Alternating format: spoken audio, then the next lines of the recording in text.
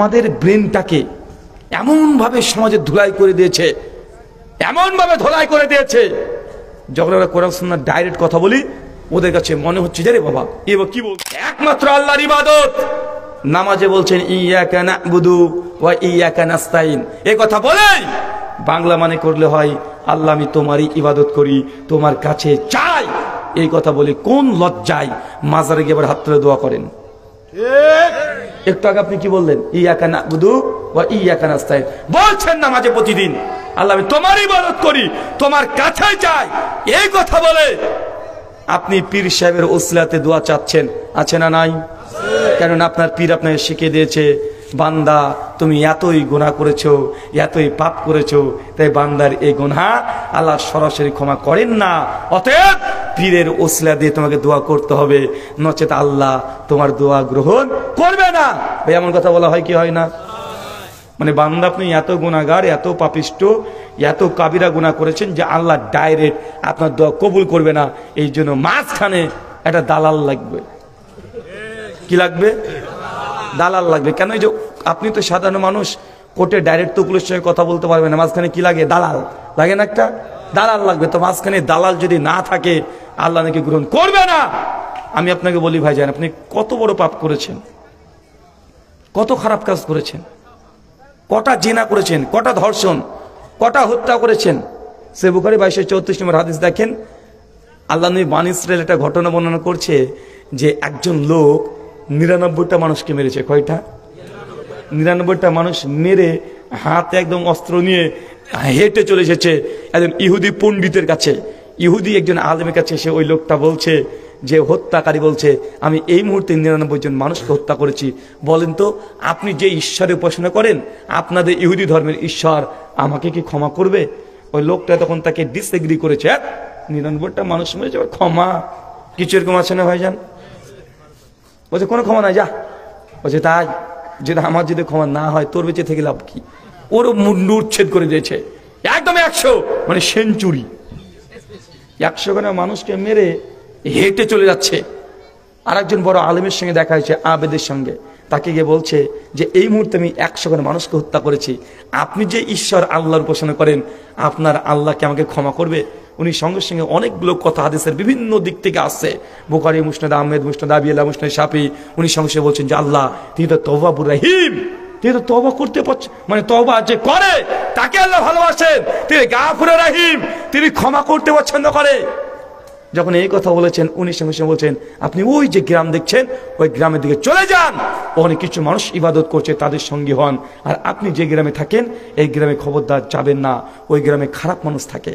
যখন এই কথা বলেছেন ওই ব্যক্তি অনুতপ্ত হয়েছেন, অনুতপ্ত হয়ে হাঁটা শুরু করে দিয়েছেন। কতজনকে মেরেছে? আপনি কজনকে মেরেছেন? হ্যাঁ, একজনকে মারতে পারেননি? তা আপনার পীর সাহেব বলেছে যে বান্দা যদি অনেক গুনাহ করে, পাপ করে, ডাইরেক্ট আল্লাহ শুনে না, দালাল লাগে। বলে না দালাল লাগে? হাদিসে আসছে আল্লাহ নবী বলছেন ওই মানুষটা যেতে যেতে মাঝখানে মারা গেছে। মানে আল্লাহ যে ঘটনা ঘটেছেন কেন? এই আপনাদের মতো মানুষকে বুঝাতে, আপনাদের মতো মানুষকে বুঝাতে যে আল্লাহ যে তওয়াবুর রহিম, আল্লাহ তওবা করতে ভালোবাসে, বান্দা তওবা করে না। মাঝখানে মারা গেছে, দুটো ফেরেশতা চলে এসেছে, একটা আযাবের ফেরেশতা আর একটা জান্নাতের ফেরেশতা, রহমতের ফেরেশতা।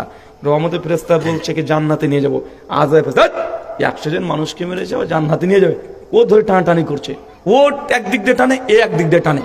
এটা কোনো কেচ্ছা খায় না, বুখারী মুসলিমের হাদিস। যখন দুজনের মধ্যে মানে ঝামেলা চলছে, আল্লাহ আর একজন ফেরেশতাকে পাঠিয়ে যায়, যাও সমাধান করে দিয়ে এসো। তৃতীয় ফেরেশতা এসে বলছে কি সমস্যা? এই সমস্যা। তখন তৃতীয় ফেরেশতা বলছে আচ্ছা ঠিক আছে, ওই লোকটা যেখানে দাঁড়িয়েছিল আর ভালো গ্রামের দিকে হাঁটতে শুরু করেছে, তো কত ধাপ গিয়েছে, যদি বেশি অংশ চলে আসে তো এই জান্নাতে যাবে, আর যদি দেখে যে না একটু কম ছিল তাহলে জাহান্নামে যাবে। মানে আপনাকে বোঝানোর জন্য তখন ওই লোক যেখান থেকে হাঁটতে শুরু করেছে সেখান থেকে ওই যেই গ্রাম, এই গ্রামের দূরত্ব হচ্ছে 100 হাত, যদি 51 হাত যদি চলে যায় তাহলে কোথায় যাবে? জান্নাতে। মুসনাদ আহমেদের বর্ণনা যে ওই লোক মাত্র 1 বিঘত, মানে 1 হাত 1.5 হাত মতো ও এগিয়ে গিয়েছে, ওকে জান্নাত আল্লাহ দিয়ে দিয়েছে। কটা মানুষ খুন করেছে? আপনি কটা করেছেন?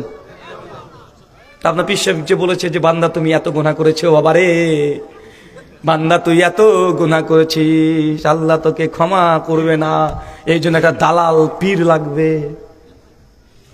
সমাজে চলে না ভাইজান এসব? কিন্তু এই লোকটা কি ধরেছে? চাচা এ তো মাত্র 100টা গুনাহ করেছে, মামুলি ব্যাপার তার কাছে 100 গানা। আপনি কত বড় পাপী!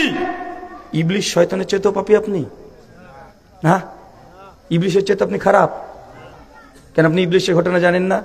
সূরা আরাফের 14 থেকে 20 নম্বর আয়াত, যখন আল্লাহ জান্নাত থেকে ইবলিশকে বলছে যা বের হোক, আদম হাওয়া তোমরা যাও, আর চলবে না জান্নাতে তোমাদেরকে। যখন আল্লাহ চূড়ান্ত সিদ্ধান্ত, তখন ইবলিশ শেষে বলছে আল্লাহ তুমি তো সবই জানো সবই বোঝো, এই আদমের জন্য আমাকে আজকে দুনিয়াতে ফিরে যেতে হচ্ছে, তো তোমাকে যে শেষবারের মতো একটা জিনিস চাওয়ার আছে আমার, তুমি দিবে? কে চাচ্ছে বলেন তো? ইবলিশ শয়তান। কত বড় খাটাল দেখেছেন? মানে জান্নাত থেকে নেমে আসবে দুনিয়াতে, তার আগে আল্লাহ কাছে চাইছে ডাইরেক্ট, আল্লাহ তুমি দিবে আমাকে? আল্লাহ তুই শেষবার কি চাইছিস চা। সে বলছে আল্লাহ এই আদমের সন্তানের আমি যেন শিরাই শিরাই রগে রগে চলতে পারি, এই ক্ষমতা আমাকে দিয়ে দাও। বলেন তো আল্লাহ তার দোয়া কবুল করেছে কি করেনি? তো শয়তান ইবলিশের দোয়া যদি আল্লাহ কবুল করতে পারে, আপনি কত বড় শয়তান, কত বড় শয়তান আপনি যে আপনার দোয়া কবুল হবে না, মাঝখানে মানে দালাল লাগবে। মানে আমাদের ব্রেনটাকে এমন ভাবে সমাজে ধুলাই করে দিয়েছে, এমন ভাবে ধুলাই করে দিয়েছে, যখন আমরা কোরআন সুন্নাহ ডাইরেক্ট কথা বলি ওদের কাছে মনে হচ্ছে যে রে বাবা এবার কি বলছে, কিন্তু এটাই কোরআন, এটাই হাদিস। কিন্তু এক শ্রেণীর মানুষ আছে ইনকামের জন্য, টাকা পয়সার জন্য, ব্যবসা করার জন্য মানুষকে পথভ্রষ্ট করে জাহান্নামে নিয়ে যাচ্ছে, যাচ্ছে না ভাইজান? জাহান্নামে নিয়ে যাচ্ছে।